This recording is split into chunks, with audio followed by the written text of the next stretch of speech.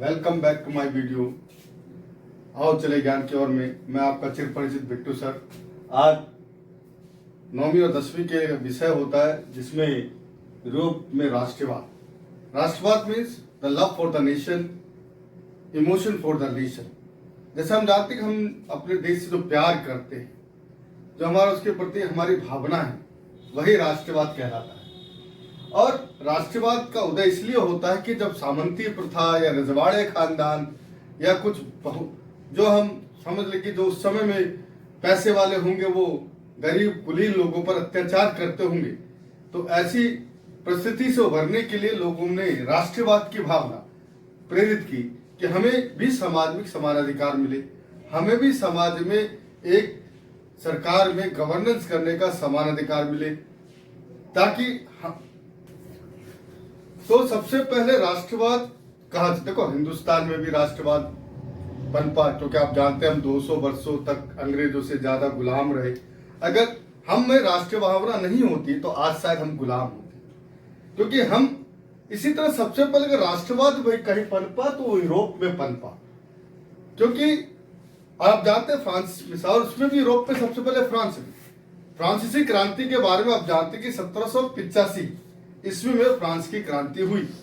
और वो क्रांति का मतलब सारा का सारा यही था कि हमें राष्ट्रवाद की ओर जाना है, हमें जो ये सामंती प्रथा है इसको खत्म करना है। तो क्रांतिकारी लोगों ने कुछ कदम उठाए जो कारगर सिद्ध हुए। पहला था पितृभूमि, जैसे हम मातृभूमि कहते हैं, उन्होंने पितृभूमि की संज्ञा दी कि जो है ये हमारी भूमि है, ये हम सब की है, किसी एक समाज या वर्ग की नहीं है। दूसरी थी फ्रांसीसी झंडा यानी फ्लैग। उन्होंने झंडे का वो किया कि नहीं, एक झंडे के नीचे अगर हम खड़े रहेंगे तो हमारी पहचान होगी, एक राष्ट्र की भावना उद्गम होगी। तीसरा है नेशनल लैंग्वेज, जैसे हम जानते हैं हमारी भाषा हिंदी है, अगर हमारी समान भाषा हो, इक्वल लैंग्वेज हो, हम एक ही लैंग्वेज में बात करते हैं तो एक इक्वलिटी की आइडेंटिटी हो जाती है कि ये लोग एक राष्ट्र या एक जगह से आए हुए हैं।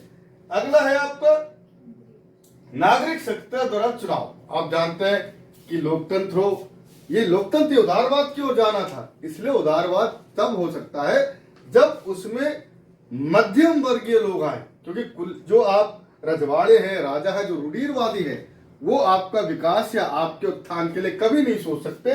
तो उन्होंने सबसे पहले ये कहा कि एक सकृत नागरिकता हो, पार्टिसिपेशन ऑफ पीपल हो, ताकि एक अच्छा सरकार बन सके और वो सरकार या वो जो भी शासक हो वो जनता के हितों के लिए कार्य करे।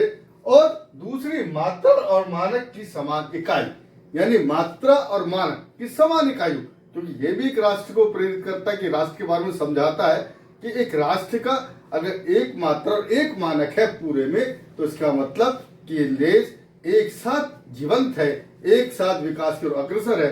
इसलिए पूरे के पूरे जो उस समय के क्रांतिकारी लोग थे, उन्होंने राष्ट्रवाद की भावना उत्पन्न करने के लिए इन पॉइंटों पर गौर किया कि अगर इन पॉइंटों को हम लेकर चले, इन उद्देश्यों और इन बिंदुओं को लेकर चले, तो हम एक राष्ट्रवाद की भावना पनपा सकते हैं। तभी राष्ट्रवाद का उद्गम होगा जब इन विषयों पर हम लोग केंद्रित हो जाएंगे और एक केंद्रीय प्रशासनिक व्यवस्था हो, यानी शासन करने वाला भी एक केंद्रीय प्रशासनिक हो, जहां से सारे नियम, जहां से सारे आपके क्या कहते हैं नियम के साथ साथ जो भी उद्देश्य हो यहां से दिया जाए, ताकि सारे मिलकर एक साथ काम कर सके। ये कुछ कदम थे जो राष्ट्रवाद के लिए यूरोपीय लोगों ने वहां पर उठाए। सब फिर बता दूं कि अगर कहीं भी पहले राष्ट्रवाद का उदय हुआ तो यूरोप के फ्रांस से हुआ।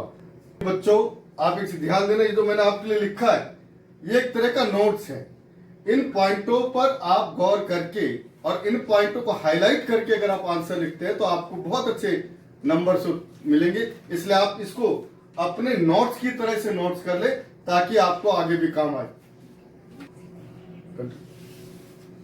आप जानते हैं कि जब फ्रांस में नेशनलिज्म यानी राष्ट्रवाद चरम सीमा पर था, तब नेपोलियन ने 1804 से 1815 तक राजा बनकर शासन किया। जैसा कि मैंने बोला है 1804 से लेकर 1815 तक नेपोलियन ने एक राजा बनकर शासन किया। और नेपोलियन ने कुछ कदम उठाए जो अच्छे भी थे, और कुछ कदम उसके जो हम कह लें कि अच्छे नहीं थे। वो सारे जो डिटेल है इसमें आपके सामने है। पहला, नेपोलियन द्वारा उठाए कदम, जन्म के आधार पर विशेष अधिकार समाप्त कर दिया कि अगर कोई व्यक्ति किसी विशेष परिवार में जन्म लेता है तो उस पर विशेषाधिकार होगा, या विशेष व्यक्ति के पास कोई विशेष अधिकार होगा, ऐसा उसने बिल्कुल समाप्त कर दिया। एक समान अधिकार प्रदान किया, यानी एक समान का मतलब चाहे वो कुलीन वर्ग का हो, चाहे रजवाड़े खानदान का हो, चाहे किसी मध्यम वर्ग, जिसे आप जानते हैं कि यूरोप की क्रांति की पूरी क्रांति का ताना बाना मध्य वर्गीय लोगों से जुड़ा हुआ है। मध्य वर्गीय लोग यानी वो लोग जो इन शासन काल में उदारवादी थे और उदार नीति को लेकर आगे चलते थे।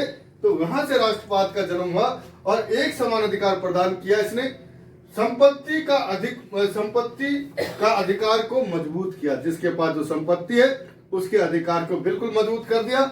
या आप ये जानते हैं कि यातायात और संचार सबसे बड़ी भूमिका निभाता है व्यापार के लिए, और नेपोलियन जानता था कि अगर व्यापार की वृद्धि करनी है तो यातायात और संचार मजबूत किया जाना चाहिए।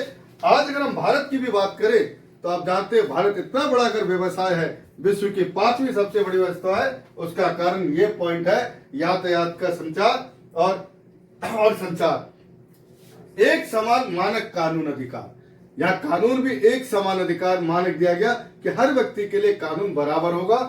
अगला है, जहां नेपोलियन ने इतने अच्छे कदम उठाए लेकिन कुछ कदमों का उसका विरोध भी हुआ। जानते कि